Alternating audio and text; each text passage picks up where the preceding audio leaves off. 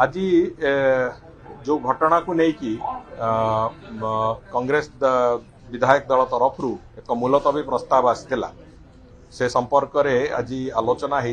से माने आमे से कहलु जे घटना तो घटी किंतु घटना संपर्क में कांग्रेस दल एवं विरोध विशेष करके विजु जनता दल जो बड़ी भाव में मंतव्य गुड़िक देले ये हूँ एक संपूर्ण एक अर्धसत्य घटना घटी किंतु सरकार नीरव बोली जो कथा से माने कहछन सेटा गोटे संपूर्ण भूल आ मिथ्या निराधार कथा तेणुक सरकार पूरापूरी भाव में प्रोएक्टिवली ए कथा को आगु को नहीं एवं आज मु स्पष्टतार सहित एक कथा कहि पारे जे जेतिकी घटना घटी ओडिशा प्रदेश रे जो बड़ी भाव में अपराध घटी अपराधी माने अपराध घटेबार 24 रु 48 घंटा भितर सबु जगह गिरफ होती एभलिया एक अचीवमेंट ये सरकार कहले अत्युक्ति हम ना आमे कौनसी जगार गत समय गोटे कहीं गिरफ हवा को हेले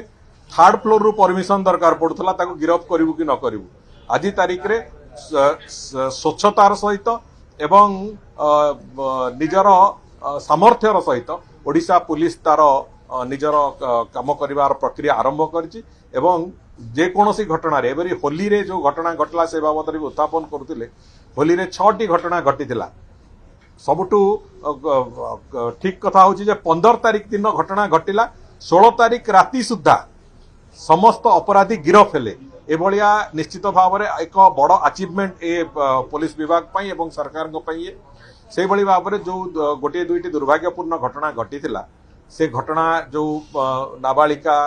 संपर्कित जो घटना घटी से संपर्क में भी तुरंत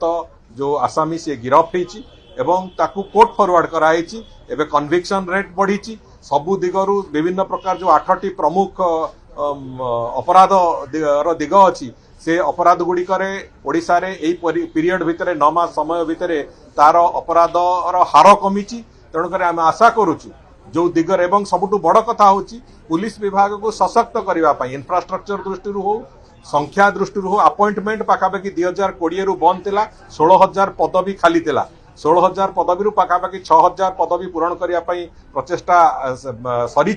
एवं तार प्रक्रिया आरंभ हो जाए अनेक गुड़िए निजुक्ति भी सरलानी एवं आसंता 2 वर्ष भितर संपूर्ण निजुक्ति सारिकी पुलिस को एक सशक्त बड़ भाव में एवं एक ओडिशा प्रदेश को अपराध तत्व बंचेबार एक शक्ति हिसाब से ठिया करवा ये सरकार लक्ष्य अच्छी आम ताकू नहीं आगू को जीवु एवं आसंता दिन मानक निश्चित भाव में ओडिशा प्रदेश आईन श्रृंखला सर्वभारतीय स्तर में निश्चित भाव में 1-2 भितर रहा एक